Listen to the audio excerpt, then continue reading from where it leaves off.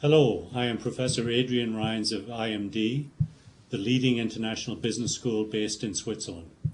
Welcome to this short presentation based on my research on low-cost competition, some of which is discussed in my recent book called Beating Low-Cost Competition. In this short video, I will give you some insights into my book's contents and explain why low-cost competition has become one of the defining features of our corporate landscape. Although low cost is not a recent trend, just think back to how steel making moved from the United States and Europe when cheaper producers sprang up in Brazil and China. The recent hype has certainly made it one of the flavors du jour. Low-cost airlines, hard discount retailers, and an inexpensive direct banking have been at the forefront of the movement. And believe me, the movement is not about to disappear. After all, low cost has meant a bounty for the general consumer. Cheaper television sets and computers, cheaper flights to faraway destinations, cheaper clothes so that your wardrobe can change with each season. Since low cost is with us for the long term, it is important for you and your company to start preparing. Just how bad is the pressure from low cost competitors? How much sleep is lost in the wee hours by executives tossing and turning and trying to figure out the appropriate response?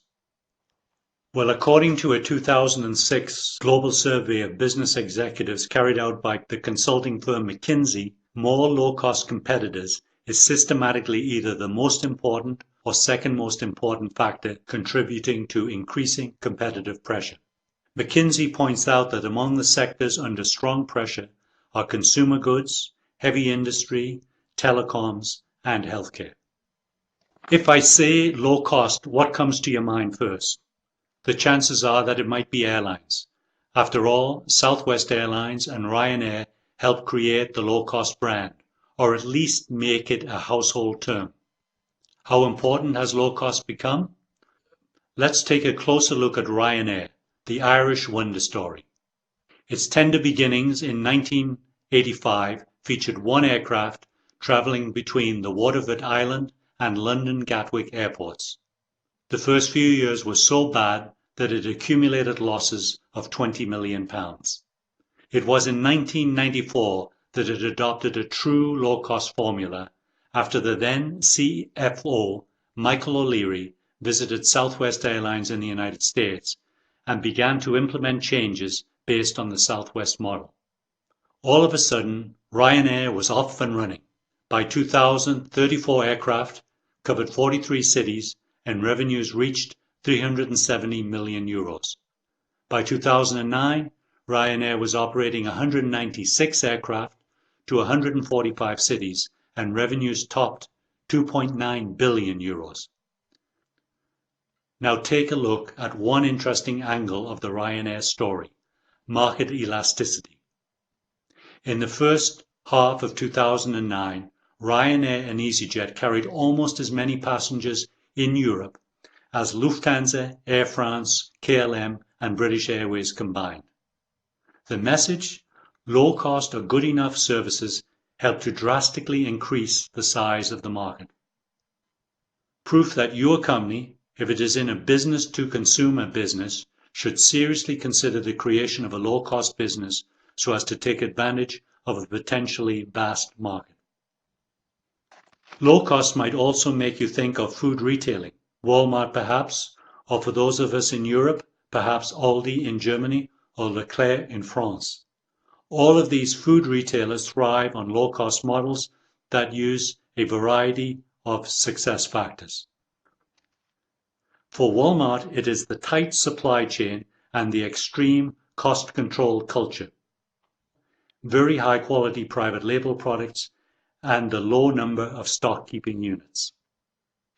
Low cost does not threaten business to consumer businesses alone. Business to business industries are not immune. Let us look at the example of Saurer, a Swiss company that produces sophisticated machines for the textile industry.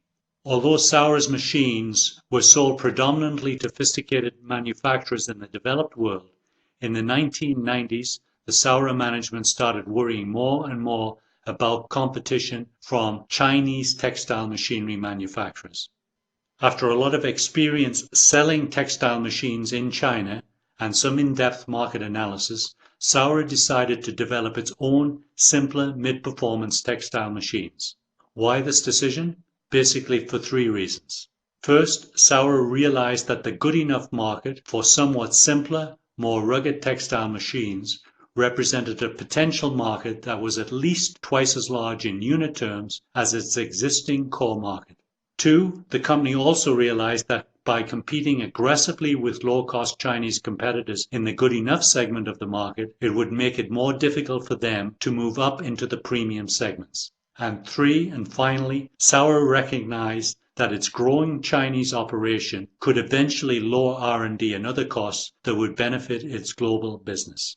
In this short video, we have tried to give you a better feel for the impact of low-cost competition. How will you react to low-cost competitors? Like traditional airlines and lose market share? Or like Sauer and become active in two market segments?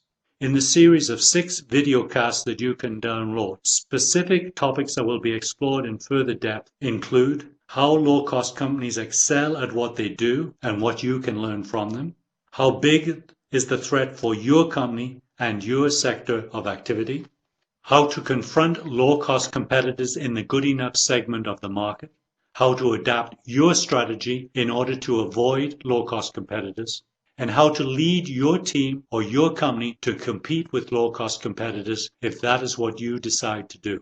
Regardless of your selections, I can guarantee that you will find this series information-rich and practical. You will find the advice invaluable in preparing to confront low-cost competition.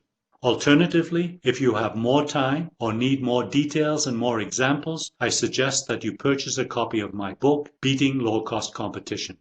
Thank you for your time and good luck.